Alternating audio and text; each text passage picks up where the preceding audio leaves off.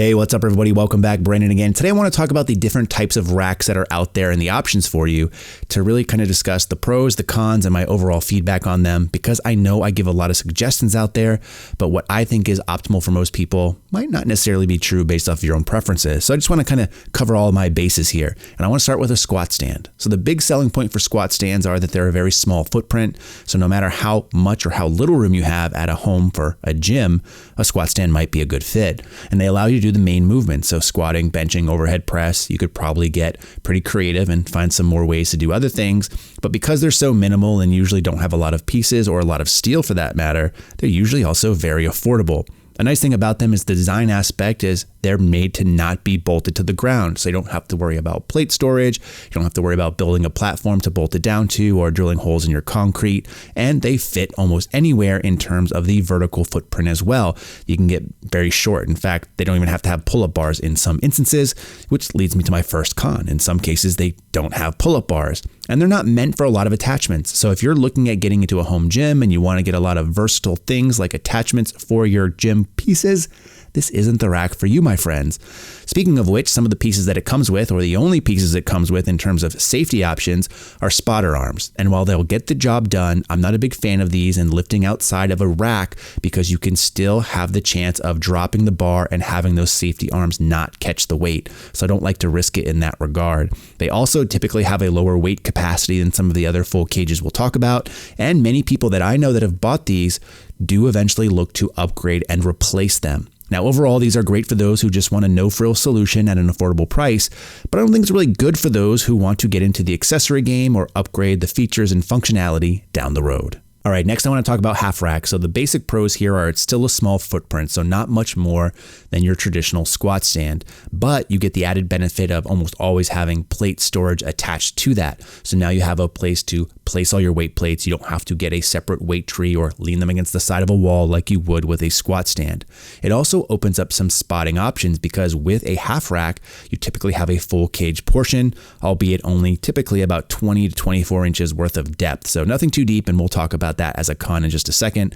But with those spotting options, you can get pin safeties, you can get some strap safeties. You can also, of course, use the spotter arms, which we've talked about already, and lift outside the rack, which I'm not a fan of, but you at least have some more options than just having to use the spotter arms. This also opens up a whole world of accessories, although somewhat limited to what you'll see on some of the full-on cages, and that's because the units themselves are heavier, they're beefier, they're typically weighed down by the plate storage as mentioned, so you can start adding some accessories in. And bottom line, they're usually still more affordable than a full blown out cage. But the biggest con here is they're not a full cage. So I mentioned already, you do have limited depth. I find that not a people like to actually lift in the cage itself because again, the depth is short and it's also going to impact where you can use the plate storage. So it kind of renders one useless. So it's kind of like a this or that. Thus many people still end up lifting outside of the actual half rack, which again, I've talked about already. And as you add on options, it actually drives up to the price where you might want to consider a full rack because the prices will be pretty similar at that point. Another downside for me for this is the lifting orientation for squats. So the way that you have to squat out of a half rack almost always is facing in or towards the back of the rack itself, which is almost always against a wall. So you're looking at a wall or a mirror. In most cases, if you compete in powerlifting, this is not good because it can throw you off when you go to competition and have to look out and you're seeing the judges, the crowd.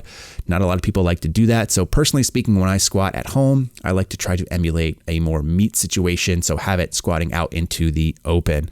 And finally, last but not least, they're usually the same height as a full cage anyway. So again, you're limited with some options here. And it's one of the options that I didn't actually end up going with a half rack in my current setup because it wouldn't fit the vertical space as a 30-inch depth rack would. But overall, half racks offer a nice medium between a squat stand and a full rack, and they're usually at a lower cost and a smaller footprint. You know, the big downside is you can't really lift inside of it if you plan on using all the plate storage, and it's still not as safe as secure as a full-on cage in my opinion. All right, so next let's talk about a 4-post rack. And the pros here are that you have varying depths available.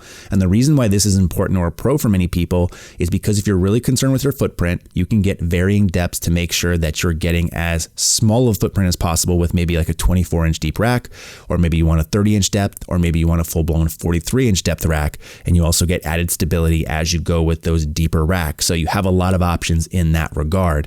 Another big pro here is that you have many accessories available to you because because again, the footprint of the rack and the versatility of it, you can really start adding in a whole bunch of different things, including things like safety options. So we've talked about pins and pipes with the actual half rack. We've talked about potentially using straps in a 24-inch depth. But as you start to get to some of those deeper racks, you can also use flip down safety. So you have a lot of options here, all of which work a lot better in terms of failing because you're covered literally from front to back. It's not like a spotter arm where you could potentially miss it when you fail a lift. Speaking of versatility, you can do a lot outside of the main lifts of squatting and benching in here. You can do overhead press in here depending on how tall the rack is.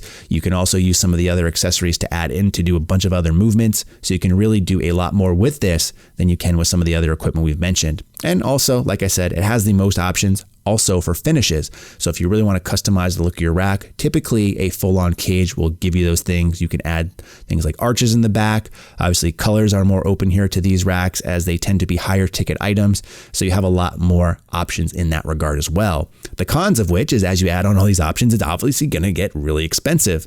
And for many of these racks, especially 4-post ones, depending on the depth, is you're going to need to either bolt these down or use plate storage. And the problem with using plate storage in this instance is it's going to have to go usually on the front or rear of the rack, which is going to interfere with the usability, especially depending if you're not getting a very deep rack at that.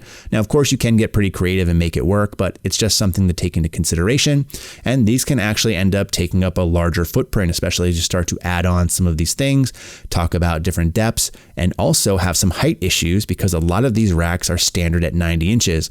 Now, true, there are some shorty options available, but not always. So you might see a rack you really like with a lot of the finishes and versatility, but it might not fit your space. Now, overall, to be honest, I think for most people, a 4-post rack makes the most sense.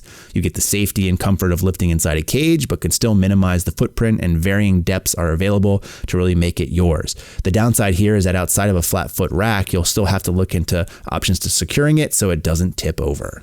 All right, next let's talk about a full rack with 6 posts. Now the pros here are going to be a lot of the same ones as the 4-post, so I'm not going to repeat myself, but you have the added benefit of integrating some drop-in attachments without impacting the usability. Say for instance, you want to add a belt squat, a lat pull down, a reverse hyper attachment for a rack. You can do all that and not impact the lifting area. Speaking of lifting area, because you have a third row, so to say in this case, you can put the plate storage there and not take away from the main area itself either.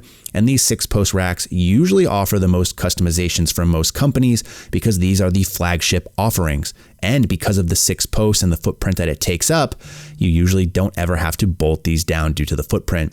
Now the cons, again, same cons as the 4-post, not going to repeat myself, but also the footprint here is really hard to minimize. With even shorter depth racks, you're still going to have 6 overall posts, 3 rows of post. It's going to take up a good amount of footprint. And because again, they're typically the flagship offerings for most companies, the price is also usually the highest of all options. Speaking of which, if you're looking to cut this down, because many of these don't come in short versions, you usually might have to pay a premium in order to do that. So overall, I think these are nice. And if you have the space and the budget, these are great racks. But again, I think for most people, a 4-post rack makes the most sense and offers a lot of the same benefits and not that many trade-offs considering how much you might save going that route. So while we covered the main offerings, there are some other things out there. So let's take, for example, a combo rack. The pro here is that it takes up a pretty small footprint. It's great for multiple users as it's adjustable in height. So no matter who's using it, you can quickly adjust it using the levers and pretty much get a fully loaded bar at different heights without having to unload the bar. And it's not really impacted by low ceilings due to the overall footprint it takes in. And there's also some other nice benefits like having built-in rollers, and typically you'll find nice competition style benches on them. The cons, however, though, these aren't meant to really fail in. They're meant to be used at competitions where you're having spotters. And even though they have face savers on there, you shouldn't be using those or relying on those to fail, as they're not really meant to hold several hundred pounds of weight. Now with this too, because they're pretty much no frills and meant for competition, you're not going to find many accessories available. In fact, you won't find any accessories available that I'm aware of. So very limited usability on here. And not to mention the fact that they're just meant for benching and squatting. They're also extremely expensive for what they are. So these are really great for people who compete and want to kind of emulate the conditions or just want something simple to squat and bench in and don't mind paying a high price for it. But for home use, I don't think it's very practical. So I figure I should also talk about folding racks, even though I could probably lump these into one of the other categories. I think they stand on their own. The pros here is they're similar to usability as a squat stand in most circumstances, but they have some added benefit because they're usually attached to a wall or braced against it, so a little bit more rigid in that sense. And they really might be one of the best in terms of footprint, as these can be put away, whether that's folding up, in, out, broken down, however you want to mention it. It's easy to break these down so they take up little to no footprint when not in use. The cons here for me is that a squat stand really provides a lot of the same usability, and a lot of people that I know that own these don't ever actually fold them up outside of the first few times. They just leave them in their own spot because, again, a squat stand won't take up much room anyways. Neither do these in most circumstances. Now, the accessories, while sometimes available, are pretty limited, and the units are usually a little bit more pricey than a squat stand. And they still don't have the safety of being in a cage because you have to lift outside of it, so still use spotter arms. And a lot of times actually having to set these things up can be kind of annoying, which I think is a reason why a lot of people don't put them away as is as well. So overall, if you really want this, then I suppose it's a good fit, especially if you plan on putting it away. But I think a squat stand makes more sense for most people. So there you go. I think I covered my bases with most of the racks that are available, just some feedback based off of who I think they're for and who I think they aren't. Let me know in the comment section below if I missed anything or you want any specific recommendations based off of any of these. But in the meantime, as always, thanks for watching and stay big.